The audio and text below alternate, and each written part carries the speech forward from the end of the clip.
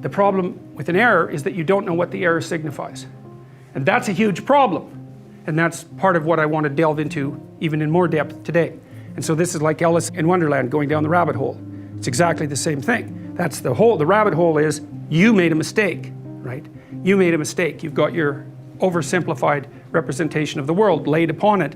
It validates itself in its execution if it executes properly. If it executes improperly, then what does that signify? And the answer isn't precisely that you've made a mistake.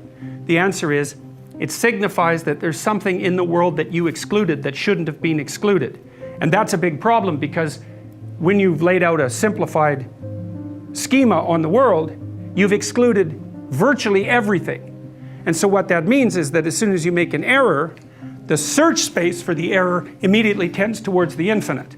And you experience that. It's part of a human existential experience. And the way you experience that is, especially if your mood is shaky, is you lay out a small plan, like maybe you go out for coffee with someone that you're romantically interested in, and they're not pleasant to you. So that's an error. What does it mean? Well, you've construed yourself wrong, you've construed them wrong, you've construed the opposite sex wrong, you've construed human beings wrong, you're a walking catastrophe, and you might as well not even exist.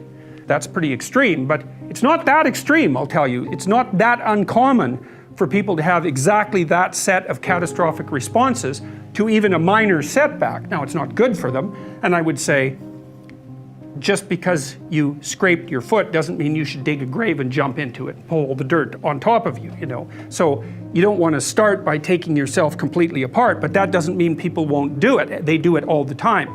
In fact, to me, it's always a mystery that they don't do it every single time, because the logical inference for why didn't you get someone interested in you could easily be because you're a failure as a human being. And at some level, that's actually true. It's true in a way that's not that helpful, right? Because it's just too catastrophic.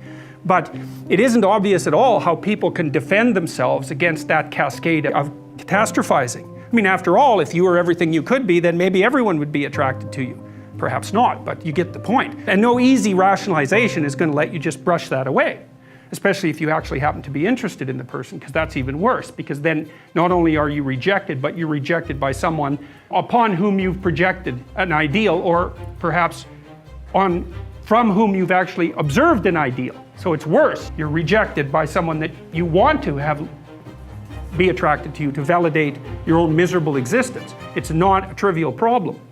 So you're in this protected space that I made an analogy between that and the Garden of Eden, or the city that Buddha was raised in.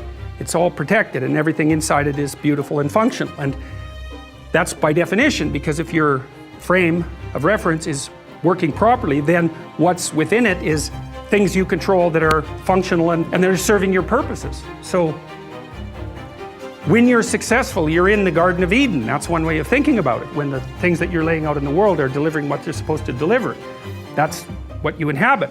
But the problem is that there's always a snake inside the garden. That's the story that's echoed in the story of Buddha. In that case, it's Buddha's own curiosity that happens to be the snake, and you could actually say the same thing about human beings. Maybe it wasn't the snake, maybe it was Eve's curiosity. They're the same thing in some sense. And so it's Buddha's curiosity that drives him outside the city to find disease and death and to blow apart his paradisal conceptualization of the world. And so when we're looking for universality, the first thing we might say is you have a frame of reference that you've laid on the world. It's a story. You live inside a story. And that's universally true. The content of the story can differ. That's okay. I don't care about that. It's the structural equivalence that I'm interested in. You live inside a story. You have to live in something like that because you are goal-directed, and you have to be. And you have to simplify the world because you're just not enough of you to take into account everything at once.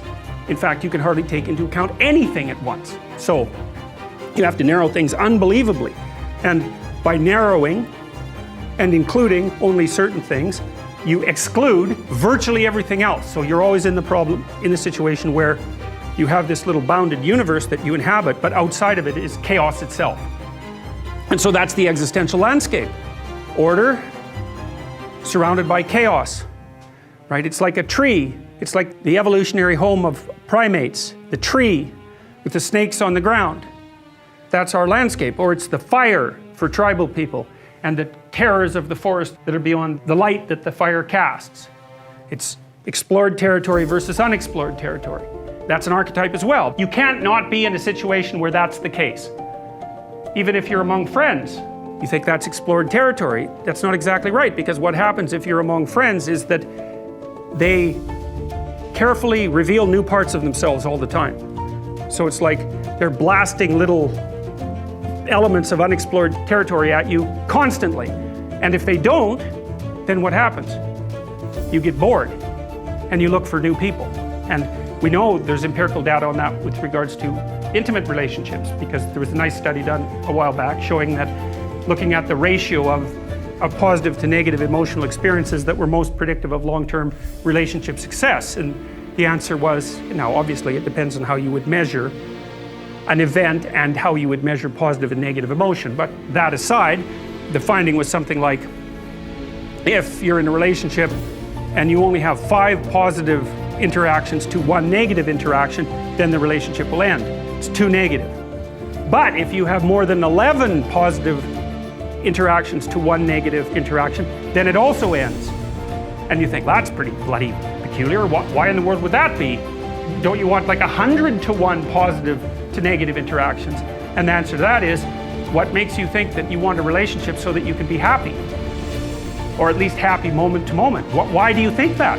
It's certainly not the case. So you know that too, because you want someone who, you know, you can get along with them, but now and then they bite you and you think, oh, that's interesting. I didn't really expect that. And then you go and puzzle over it for a while and you torture yourself about it. And that's one of the things that keeps you really linked into the relationship. And the reason for that is that part of the reason that you want the relationship isn't so that you're happy right now. It's so that you can live a high quality life across multiple decades. And so you're looking for someone that you have to contend with, who's going to push you beyond what you already are, and who's going to judge you harshly often for your limitations. Now that'll make you angry and all of that, and resentful, and maybe you'll take your revenge and all of that, but you don't want someone who thinks you're perfect in your current form, partly because why would you want to go out with someone that deluded?